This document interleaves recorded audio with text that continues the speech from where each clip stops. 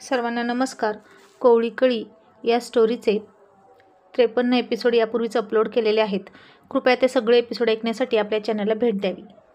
अनिता आली आणि तिने सविताचा अपमान केला म्हणून पिंट्याने सुद्धा तिचा अपमान केला आणि पिंट्या तिला म्हणाला, यापुढे पोरींना भेटायला यायचं नाही, घरी यायचं असेल तर लांबून बोलायचं आणि बघायचं. आणि ती पिंट्याला खूप तोऱ्यात म्हणाली, तू कोण रे मला बोलणारा? या पोरी माझ्या पोटातून आलेल्या आहेत आणि मी त्यांना मला पाहिजे तेव्हा बोलणार, भेटणार. आणि तिने पिंट्याला अरे तुरे बोलून त्याचा अपमान केला. हे सविताला सहन झालं नाही आणि तिने अनिताच्या सणसणीत कानाखाली लावली, तिच्या हाताला पकडली आणि अंगणाच्या बाहेर उभा केली उन्हात आणि म्हणाली, खबरदार माझ्या नवऱ्याला अशी बोलशील तर तुला काहीच अधिकार नाही त्यांना बोलण्याचा. तो माझा नवरा आहे.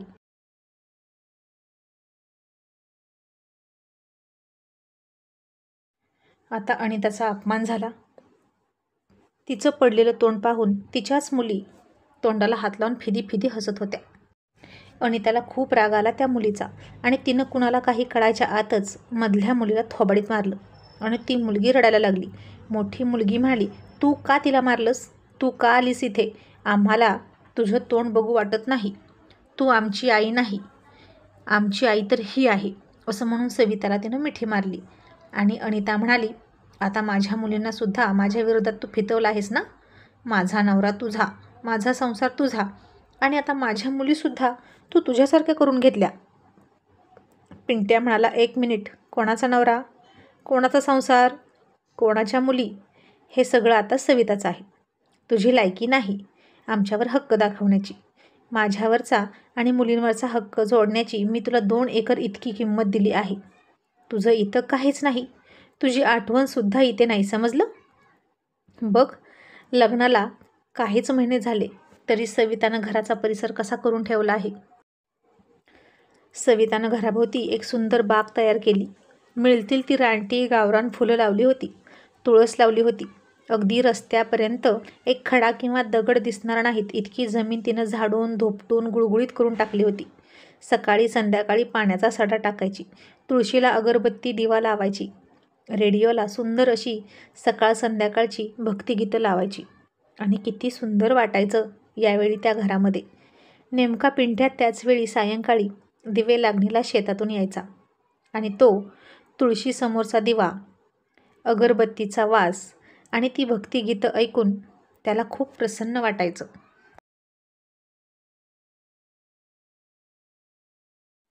बायको असावी तर अशी, असं वाटायचं त्याला. आता हे त्याचं घर फक्त घर नव्हतं तर त्याचा स्वर्ग झाला होता. आणि त्याचवेळी सायंकाळी मुली शाळेतून येऊन पोटभर खाऊन पिऊन अभ्यासाला बसलेल्या असायच्या. किती सुंदर दृश्य होतं ते.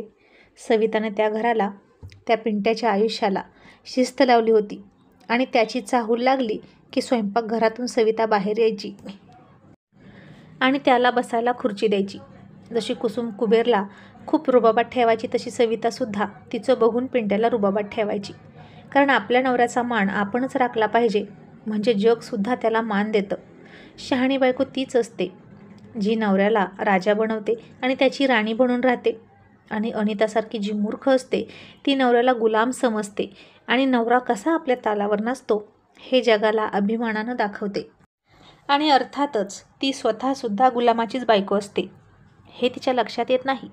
मग हुशार कोण, कुसुम, सविता की अनिता? मग संध्याकाळची जेवणं झाली की पिंट्या मुलींचा अभ्यास घेत बसायचा आणि त्यातच कुसुमचा मुलगासुद्धा अभ्यास करायला असायचा. कारण कुबेर अडाणी होता, फक्त 8वी त्याचं शिक्षण झालं होतं. मुलांचे प्रश्न सोडवणं इतका तो हुशार नव्हता. कुसुमही अडाणी होती. सविता, पिंट्या मात्र शिकलेले होते. मग मुली झोपल्या की सविता आणि पिंट्या एकत्र मिठीत यायचे, असं त्यांचं रोजचं रुटीन असायचं. मग हे सगळं पिंट्यानं आणि त्याला सांगितलं आणि म्हणाला, सवितानं या घरासाठी खूप कमी वेळात खूप जास्त केलं आहे. इतकंच नाही तर ती आमचं बघूनही सासू सासऱ्यांचं सुद्धा बघते. आणि तू काय करत होतीस ते आठव जरा. हे घर आता कुठं घर वाटायला लागलं आहे. यापूर्वी तो कुंटणखाना वाटत होता. अनिता आता हे सगळं धुमसत धुमसत शांत ऐकत होती. ती एकटी होती आणि इथे बाकी सगळे होते आणि तरीही नाक उचलून म्हणाली, तिला काय तेव्हा, तेवढंच काम आहे. दिवसभर घरात बसायचं आणि तेवढंच करायचं.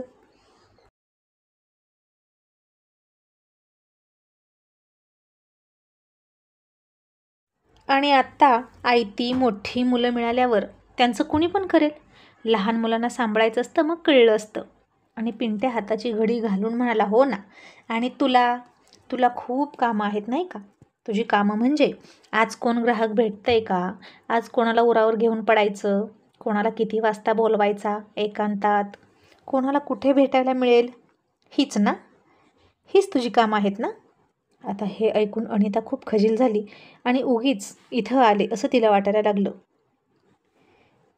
कारण पिंट्या मुलींदेखत तिचे वाभाडे काढत होता.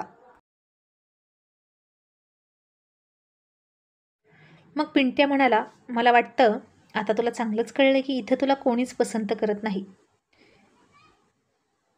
तू मुलींना सुद्धा इथं आलेली आवडत नाही. त्यामुळे यापुढे हे घर आणि तुझा नवरा यावर कधीच हक्क दाखवायचा नाही, अगदी स्वप्नात सुद्धा.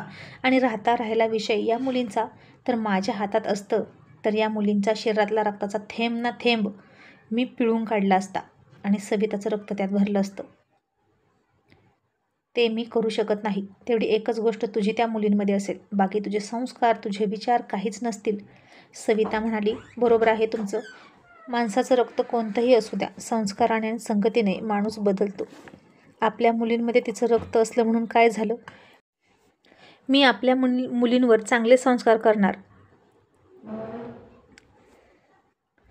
या हिच्या मुली आहेत असं वाटून सुद्धा देणार नाही. मग पिंट्या म्हणाला, हे बघ, तुझ्याशी वाद घालत बसायला आम्हाला वेळ नाही. इतकंच सांगतो की सविताची परवानगी घेतल्याशिवाय मुलींना भेटायचं नाही आणि गेटच्या आत पाय टाकायचा नाही. आता हे सगळं कुसुम लांबून बघत होती, पण ती पुढे अजिबात गेली नाही. तिला अनिताचं तोंडही बघू वाटत नव्हतं. पण सविताचा आणि अनिताचा मात्र हा पहिलाच सामना होता आणि पहिल्याच भेटीत सवितानं अनिताला चंद्र तारे दाखवले होते. मग सविता म्हणाली, जी जमीन तू घेतली आहेस फक्त त्यात पाऊल टाकायचं. हे घर माझं आहे आणि ते खूप पवित्र आहे. इथं तुझ्यासारख्या बाईचं काहीच काम नाही. आणि जर इथून पुढे नखरे केलेस तर तुझ्या शेतात जायला आमच्या शेतातला रस्ता मी बंद करून टाकेल, कळलं का? आणि अनिता आता घाबरली, कारण तिला जो एकर देण्यात आला होता मळ्याचा सुद्धा आणि माळरानाचा सुद्धा, तो बरोबर कुबेर आणि पिंट्याच्या शेताच्या पूर्ण पलीकडे होता. यांच्या शेतातून गेल्याशिवाय तिला वाटच नव्हती. आणि जर या दोघांनी वाट बंद केली तर तिला विकून जाण्याशिवाय पर्याय नव्हता, कारण ते शेत पडीकच राहणार होतं. आता अनिता शांत होऊन तिथून गुपचूप निघून गेली आणि कुसुम आली आणि म्हणाली, सविता काय चाललं होतं? सविता म्हणाली, काय नाही ताई, उगीच रुबाब करते ग. कसली बेकार आहे ना ग ही बाई. ह्याची मस्ती असून असून किती असेल ग हिच्या अंगात, अजिबात कमी होत नाही. कुसुम म्हणाले, अगं ती तसलीच आहे, पहिल्यापासून नुसतं मसरू आहे मसरू. मग एक दिवशी पिंट्या कुबेरच्या घरी गेला आणि म्हणाला, कुबेर भावड्या, आपण आता माळाची जमीनसुद्धा नांगरायला घेऊया. 3-4 वर्ष ताप देईल ती पिकायला, पण नंतर चांगलं पीक निघेल. कुबेर म्हणाला, ठीक आहे, कर तुझ्या मनासारखं. मग पिंट्यानं सगळं त्याच्या आयडियानं करून घेतलं. त्याला शेतीची फार आवड होती आणि हळूच पिंट्या म्हणाला, भावड्या, त्या घालीचा रस्ता बंद करूया. तिला इतकी जेरीस आणूया की ती विकून गेली पाहिजे ते शेत. मला तिचं थोबाड बघू वाटत नाही. सारखी नकटीसारखी येते आणि माझ्यासमोर मिरवते. मग कुबेर म्हणाला, बघ तुझ्या मनानं, आणि आपणच ते विकत घ्यायचं. एवढासा तुकडा 1 एकराचा, तोही आपल्या रानाच्या शेजारचा. दुसरा कोणीच घेणार नाही आणि त्याला काहीच फायदा नाही इतकं छोटंसं शेत घेऊन. मग आपणच घेऊया. आणि झालं, त्या दोघांचं तसंच प्लॅनिंग सुरू झालं अनिताला तिथनं हुसकावून लावण्याचं. आणि दुसऱ्या दिवशीपासून पिंट्यानं त्याचं काम सुरू केलं. त्यांच्याच भावकीतला जो हनुमा होता त्यानं तिची जमीन केली होती वाट्यानं, आणि पिंट्यानं त्याला त्याच्या जमिनीत पाऊल टाकू दिला नाही. वाटच दिली नाही त्यानं त्याला. पिंट्या म्हणाला, आमच्या दोघांच्या शेतातून तू तिकडे जायचं नाही हनुमा. हनुमा बिचारा गरीब होता. तो म्हणाला, पिंट्या भावड्या, अरे मी काय करू? मग मी माझ्या शेतात कसा जाऊ? पिंट्या म्हणाला, तू जमीन सोडून दे. तुला कोणी करायला सांगितली वाट्यानं? आणि जिची ही जमीन आहे तिला विचार की मी आता काय करू. तिलाच विचार आणि तिच्याकडून रस्ता घे. आता ही अशी गावाकडची पद्धत असते बरं का. एकमेकांची आडवा आणि जिरवा. प्रत्येकाचं शेत एकमेकाच्या बांधाशेजारी असतं आणि सौजन्य आहे तोपर्यंत एकमेकांना जायला वाट देतात. पण कोंबडं, कुत्रं, जनावरं, लहान मुलं जर यावरून एकमेकाचं वाकडं आलं तर अजिबात शेतात पाऊल टाकू देत नाहीत. मग हनुमा गयावया करून म्हणाला, पिंट्या भावड्या, अरे मी खर्च केलाय त्या जमिनीत, पीक भरात आलं आहे, आज पाणी नाही दिलं तर पीक जळून जाईल. पण पिंट्या अजिबात ऐकत नव्हता. हनुमानं वैतागून जमीन सोडून द्यावी आणि बाकी कोणीच करू नये, मग आपोआप ती पडीक राहते आणि ती बाई जमीन विकून टाकेल असं त्याला वाटलं. पण हनुमान नेमका कुबेरकडे गेला आणि तिथे जाऊन गयावया करायला लागला. कुबेर भावड्या, माझा काय दोष आहे, तुम्ही मला का असं करता?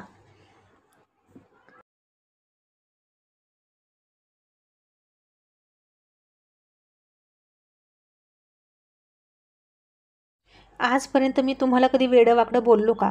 मला निदान एवढं तरी पीक काढू द्या, मी नंतर नाही करणार. आणि कुबेरला त्याची दया आली. कुबेरचा स्वभाव कधीच असं नव्हता इतरांचं नुकसान करणारा. तो कायम सगळ्यांचं भलं चिंततो. मग कुबेर त्याला म्हणाला, मी पिंट्याला समजावतो, तुझं नुकसान होणार नाही. मग कुबेर पिंट्याला म्हणाला, पिंट्या तू हनुमाला अडवू नकोस, त्याचा काहीच दोष नाही. पिंट्या म्हणाला, मान्य आहे, याचा दोष नाही, पण त्याला त्रास झाला तर तो तिला बोलेल ना, आणि तरच तो जमीन सोडेल. कुबेर म्हणाला, अरे पण ती वाट्यानं देते जमीन आणि वाटेकऱ्याला आपण कसा अडवायचा? ती स्वतः इथे असती तर विषय वेगळा होता.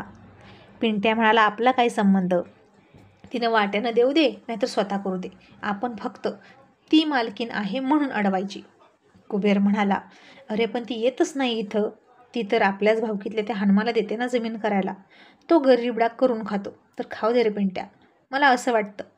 तरीही पिंट्या म्हणाला, नाही भावड्या, त्याला वाट अडवायची म्हणजे अडवायची.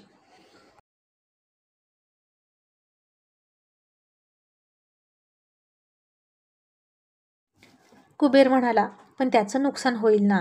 पिंट्या बेफिकिरीपणे म्हणाला, व्हायचं तर होऊ दे.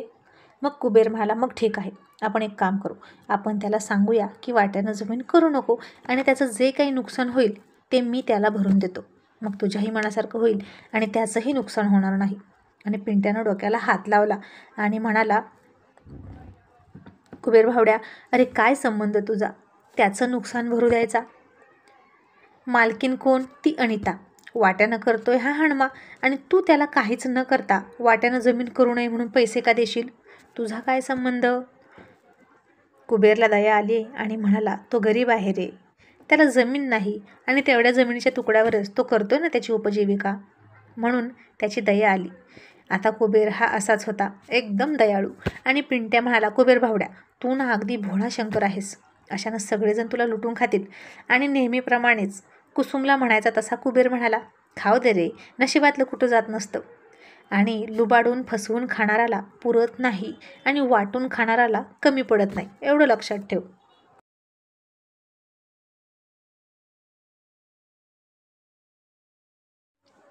आणि आता पिंट्या काय बोलणार होता, तो शांत बसला. त्यानं कुसुमला सांगून पाहिलं, अनिताची जिरवण्यासाठी हे करणं गरजेचं आहे. पण कुसुम म्हणाली, रावसाहेब, तिची जिरवण्यासाठी एखाद्या गरिबाच्या पोटावर पाय का द्यायचा, त्याचं पाप लागतं रावसाहेब. आणि आता पिंट्याला त्या दोघांचं म्हणणं पटलं, पण तरीही पिंट्यानं त्याचा हट्ट सोडला नाही. त्यानं हनुमाला अजिबात अडवलं नाही, पण आणि त्याचं काम कुठेच अडलं नाही, पण अनिताला मात्र अडवायचं ठरवलं. आणि अशीच ती एक दिवशी ठुमकत ठुमकत आली आणि त्याच्या शेतातून निघाली. आणि पिंट्यानं चाबूक दाखवला आणि म्हणाला, थांब, माझ्या शेतात पाऊल टाकायचं नाही. अनिता म्हणाली, मी माझ्या शेतात चालली आहे, मी का जाऊ नको? पिंट्या म्हणाला, जायचंय तसं जा, पण माझ्या शेतातनं अजिबात जायचं नाहीस. अनिता म्हणाली, मग कशी जाऊ? पिंट्या म्हणाला, उडून जा, नाहीतर डोक्यावर पाय घेऊन जा, नाहीतर तुझ्या ठेवलेल्या बाबांच्या खांद्यावर बसून जा, कशीही जा, पण माझ्या जमिनीतून जाऊ नको, नाहीतर पाय मोडून ठेवीन.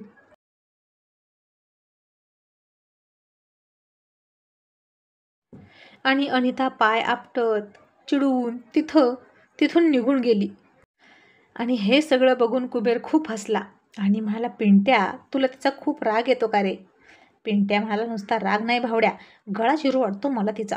भटक भवानी कुठली, मुद्दाम मला चिडवायला आल्यासारखी येते. मग आता एके दिवशी रविवार होता. मुलांना सुट्टी होती, पण शेतकऱ्याला कुठली आली तेव्हा सुट्टी. आणि ऊन कलल्यावर दुपारी 3 वाजता कुबेर पिंट्याच्या 2 मुली आणि त्याच्या मुलाला घेऊन शेतात विहिरीवर पोहायला शिकवायला गेला. आणि पिंट्या म्हणाला, मी घरी जातो. कुसुम बाळाला घेऊन तिच्या घरात बसली होती आणि पिंट्याची लहान मुलगी सवितानं झोपवली होती. आणि 4 वाजले असतील आणि सविताने चे हात पुन्हा सुरू झाले. ती अंगणात पाण्याचा सडा मारत होती आणि नेमका पिंट्या तिकडून आला आणि त्याच्या अंगावर पाणी उडालं आणि सविता हसायला लागली. मग ती तिचं काम करायला लागली. मग पिंट्यालाही थोडा खाटाळपणा करावासा वाटला आणि तिचं लक्ष नाही असं बघून त्यानंही तिच्या अंगावर पाणी उडवलं आणि अख्खी पाण्याची कळशी तिच्या डोक्यावरून अंगावर ओतली. आणि ती फार चकित झाली त्याच्या त्या वागण्यानं आणि म्हणाली, अहो, रंगपंचमी चालू आहे का इथं? तुम्ही तर मला अख्खी आंघोळच घातली. असं म्हणून ती अंगावरचा पदर त्याच्या देखतच छातीवरून तिनं बाजूला केला आणि आत पळाली साडी बदलायला. आणि तिचं ते कमालीचं मोहक रूप पाहून पिंट्यासुद्धा इकडे तिकडे बघून कोणीच नाही हे पाहून हळूच तिच्या मागे घरात घुसला. आणि त्यानं पण तिला पाठीमागून घट्ट पकडली आणि तिच्या साडीच्या निर्या फेडून घेतल्या. आणि ती खूप लाजली. ती म्हणाली, जावा तिकडे, कोणीतरी बघेल. पिंट्या म्हणाला, बघू दे, पण आता मी तुला आंघोळ घातली ना, मग तुझी साडीसुद्धा चेंज करणार. असं म्हणून त्यानंसुद्धा भर दुपारी तिच्या अंगावरचे कपडे काढून घेतले आणि तिचे भिजलेले केस मोकळे सोडले. आणि ती खूप खूप लाजून त्याच्या मिठीत शिरली आणि पिंट्या तिच्यावर प्रेम करू लागला. आणि ती मात्र लाजून लाजून चूर चूर झाली. खूप प्रतीक्षेनंतर तिच्या आयुष्यात सुख आलं होतं. पण दिवस रात्र प्रेम करणारा नवरा आता तिला मिळाला होता. जणू काही आत्ता तो तिच्या वाया गेलेल्या वर्षांची भरपाई करणार होता. म्हणून ती खुश होती. आता अचानक पिंट्यानं तिच्यात प्रवेश केला आणि पुन्हा तिला एक सुखद, गोड, रोमांचकारी धक्का बसला.